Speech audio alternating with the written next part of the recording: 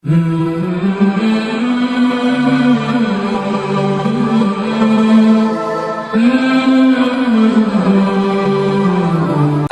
அலைக்கும் வரஹ்மத்துல்லாஹி வபரகாத்துஹு. அன்பார்ந்தவர்களே, அல்லாஹ்வுடைய மாபெரும் கிருபையால் கண்ணியம் மிகுந்த ரமலான் மாதத்தை நாம் அடைந்து 6 நோன்புகளை நோற்றவாறு நாம் இருந்து கொண்டிருக்கிறோம். அல்லாஹ்வுடைய நல்லடியார்களே, அல்லாஹும் அல்லாஹ்வுடைய ரசூலும் இந்த ரமலான் மாதத்தை பற்றி பல்வேறு விதங்களில் வர்ணித்து கூறியிருக்கிறார்கள்.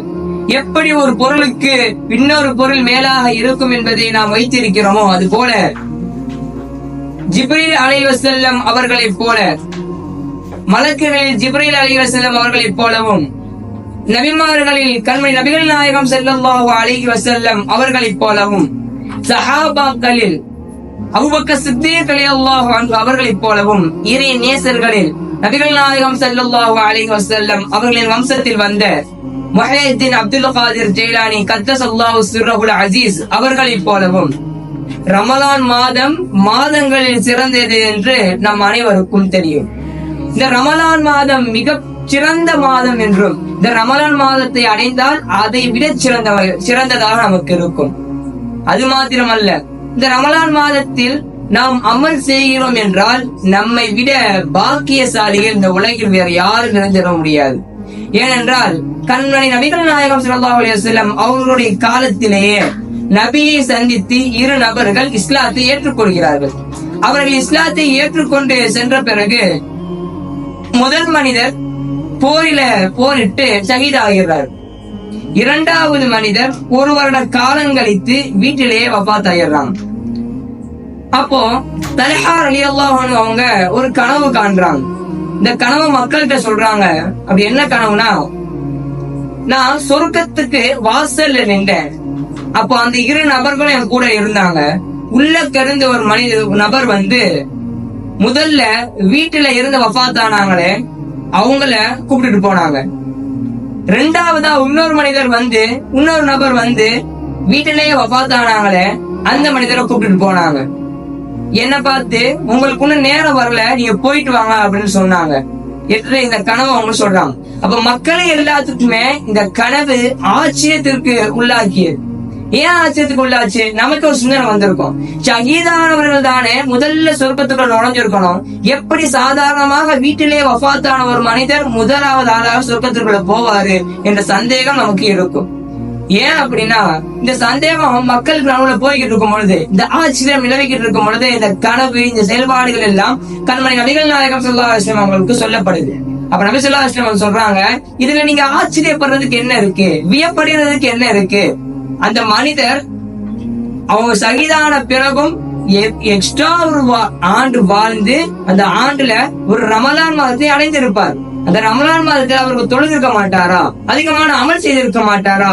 அதை கொண்டுதான் அவர் முதலாவது ஆளாக சொர்க்கத்திற்குள் நுழைந்தார் என்பதாக கண்மணி நபிகள் நாயகம் ஸல்லல்லாஹு அலைஹி வஸல்லம் சொல்றாங்க. எந்த அளவுக்கு அப்படின்னா, ஷஹீதானவர் அவர்களுக்கும் இந்த வீட்டிலே வஃபாத்தானவர் அவர்களுக்கும் வானம் பூமிக்கு இடையிலே எவ்வளவு தூரம் இருக்குமோ அது போன்ற நன்மைகளின் தொலைவுகள் தூரமாக இருக்கும் என்பதாக கண்மணி நபிகள் நாயகம் சொல்லியிருக்காங்க. அப்படி இருக்கும் பொழுது நாம் இந்த ரமலான் மாதத்தை எப்படி பயன்படுத்த வேண்டும் என்பதை நாம் தெரிந்து கொள்ள வேண்டும். ஒருவர் இந்த ரமலான் மாதத்தை நழுவ விட்டுட்டாங்கன்னா, அதுக்கு அடுத்து வரக்கூடிய 11 மாசத்துல என்னதான் முக்கிய பகல் முழுக்க இரவு முழுக்க அமல் செய்தாலும் ரமலான் மாதத்தில் செய்த அமல்களின் கூலி கிடைக்குமா என்று கேட்டால் கண்டிப்பாக கிடைக்காது. ஆக அன்பார்ந்தவர்களே, இந்த ரமலான் மாதத்தில் நாம் எப்படி பயன்படுத்திக் கொள்ள வேண்டும் என்பதை நாம் தான் சற்று கவனம் எடுத்து செயல்பட வேண்டும்.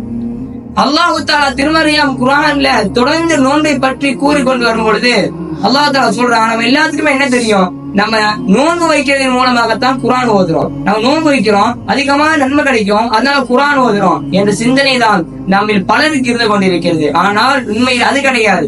அல்லாஹ் தஆலா திருமறையாம் குர்ஆன்ல 2வது அத்தியாயத்துல 185வது வசனத்துல சொல்றான், ஷஹ்ரு ரமலான் அல்லதி உன்ஸில ஃபீஹில் குர்ஆன். ரமலான் மாதம் எத்தகையது என்றால் அதில்தான் ஹுதல் லின்னாஸ் பைனாத் மினல் ஹுதா, அருள் நிறைந்த திருமறையாம் குர்ஆன் இறக்கி அருளப்பட்டது. அந்த குர்ஆன் மக்களுக்கு நேரடி காட்டக்கூடியதாக இருக்கிறது. ஃபமன் ஷஹித மின்கும் அஷ்-ஷஹ்ர ஃபல்யஸும். எனவே உங்களில் யார் அந்த ரமலான் மாதத்தை அடைகின்றாரோ அவர் நோன்பு நோக்கட்டும் என்பதாக அல்லாஹ் தஆலா குர்ஆனில் கூறியிருக்கிறார்.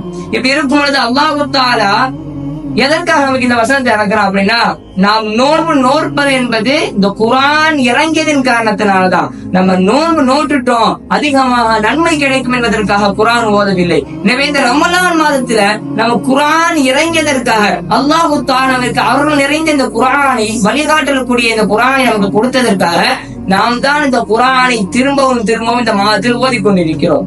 அல்லாஹ் தஆலா இப்படி ரமலானை பற்றி சிறப்பித்து கூறிக்கொண்டு வரும் பொழுது அடுத்த வசனமாக அல்லாஹ் தஆலா குர்ஆன்ல சொல்றான், வஇதா ஸஅலக இபாதி அன்னி ஃபஇன்னி கரீப் உஜீபு தஅவத்தத் தாஇ இதா தஆன் ஃபல்யஸ்தஜீபு லி வல்யுமினு பி லஅல்லஹும் யர்ஷுதூன். நபியே, என்னை பற்றி என்னுடைய அடியார்கள் கேட்டால் நான் அவர்களுக்கு நெருக்கமாக இருக்கிறேன் என்று கூறுங்கள். அவர்கள் என்னிடமே நீங்கள் பிரார்த்திக்க சொல்லுங்கள். எவரேனும் என்னிடம் பிரார்த்தனை செய்தால் அவருக்கு நான் பதில் கூறுகிறேன் என்று கூறுங்கள். அவர் பதில் கூறுகிறார் என்றால் அவருக்கு நான் பதில் கூறுவேன் என்று கூறுங்கள் என்பதாக அல்லாஹ் தஆலா சொல்லியிருக்கான். இந்த வசனத்துல அல்லாஹ் தஆலா நமக்கு அழகான விஷயத்தை சொல்லியிருக்கான். துஆ கேட்பதின் மூலமாக என்னையே அவங்க பிரார்த்தனை செய்யட்டும், எனக்கே அவங்க விசுவாசியாக இருக்கட்டும் என்பதை அல்லாஹ் தஆலா இந்த வசனத்தை நமக்கு அழகாக எடுத்து கூறியிருக்கிறான். எப்படி அல்லாஹ் தஆலா ரமலானை பற்றி கூறும் பொழுது எதற்காக அல்லாஹ் துஆவை இடையில வந்து சேர்க்கணும், நம்ம சற்று சிந்தித்து பார்க்கணும். அல்லாஹ் தஆலா இந்த வசனத்தின் மூலமாக நமக்கு பல விஷயங்களை கூறியிருக்கிறான். என்ன விஷயம் அப்படின்னா, ரமலானில் தான் துஆ இருக்கிறது, துஆவில் தான் ரமலான் இருக்கிறது. இரண்டும் பின்னியது என்பதை நாம் புரிந்து கொள்ள வேண்டும். ஏனென்றால் இந்த ரமலான் மாதத்தில் பாவ மன்னிப்பு என்பது அதிகமாக நாம் கேட்க வேண்டிய விஷயம். இந்த மாதத்தில் நாம் பாவ மன்னிப்பு கேட்டோம் என்றால் அல்லாஹ்விடத்தில் அது மறுக்கப்படாது. ஏனென்றால் கண்மணி நபிகள் நாயகம் ஸல்லல்லாஹு அலைஹி வஸல்லம் அவங்க சொல்றாங்க, 3 பேருடைய துஆ மறுக்கப்படாது அப்படின்னு சொல்றாங்க. முதல் விஷயம் யார் என்றால் அநீதம் இழைக்கப்பட்டவர். இரண்டாவது நோன்பாளி. இஃப்தாருடைய நேரத்தில் நோன்பாளி நோன்பு திறக்கக்கூடிய அந்த நிலையில் இருக்கக்கூடிய நோன்பாளியுடைய துஆ மறுக்கப்படாது. நீதமான தலைவருடைய துஆ மறுக்கப்படாது என்று 3 நபர்களுடைய துஆ மறுக்கப்படாது என்பதாக கண்மணி நபிகள் நாயகம் ஸல்லல்லாஹு அலைஹி வஸல்லம் அவர்கள் கூறியிருக்கிறார்கள். அப்படி இருக்கும் பொழுது நாம் இன்றைக்கு இந்த இஃப்தாருடைய நேரத்தை, நோன்பு திறக்கக்கூடிய நேரத்தை எப்படி பயன்படுத்திக் கொண்டிருக்கிறோம் என்பதை நாம் சற்று சிந்தித்து பார்க்க வேண்டும். நோம்பு திறக்கிறதுக்கு முன்னாடி நமக்கான பொருள்களை வச்சுட்டா போதும். எப்படா நோம்புக்கு திறக்க டைம் ஆகும், எப்ப நம்ம அதை சாப்பிடலாம் என்று வகை வகையாக இருக்கக்கூடிய அந்த உணவைத்தான் நாம் பார்க்கிறோமே தவிர, நம்ம நோம்பு திறக்க போறோம், இனி நாளைக்கு தான் இன்ஷா அல்லாஹ் நம்ம வைப்போம், அதற்கு எவ்வளவு நேரங்கள் இருக்கிறது, நம்ம இந்த நேரத்தை பயன்படுத்திக்குவோமே, துஆ கேட்போமே என்ற எண்ணத்துக்கு நமக்கு போறதா என்று கேட்டால் அது சந்தேகத்திற்குரியதாகத்தான் இருக்கிறது. எனவே அன்பானவர்களே, இனி வரக்கூடிய காலங்களிலாவது இஃப்தாருடைய நேரங்களை நாம் பயன்படுத்திக் கொண்டு அது துஆ கேட்கக்கூடியவராக வல்லநாயன் அல்லாஹ் உங்களையும் என்னையும் ஆக்கி வருவானாக. நம்ம அதிகமாக அமல் செய்ய வேண்டும் என்ற நோக்கத்தில் தான் நம்முடைய முன்னோர்கள் ரஹ்மத்துடைய 10, பாவ மன்னிப்பு கூறக்கூடிய 10, நரக நெருப்பை விட்டு பாதுகாப்பு தரக்கூடிய 10 என்று 3 10களாக இந்த ரமலானுடைய 30 நாட்களையும் பிரித்து வைத்திருக்கிறார்கள். நாம் இதில் பிரித்து வைத்தாவது அதிகமாக அமல் செய்வோம் என்ற உயர்ந்த நோக்கத்தில் தான் நமக்கு இதை பிரித்து வைத்திருக்கிறார்கள். அந்த வகையில நாம் ரஹ்மத்துடைய முதல் 10 இருந்து கொண்டிருக்கிறோம். இந்த 10ல நம்ம 6 நோன்பு கலந்துட்டோம். இந்த 6 நோன்புல நம்ம பயன்படுத்தாமல் விட்டிருந்தால் இனி இருக்கக்கூடிய இந்த 4 நோன்களிலாவது அல்லாஹ்வுடைய ரஹ்மத்தை வேண்டி நாம் அதிகமாக துஆ செய்ய வேண்டும்.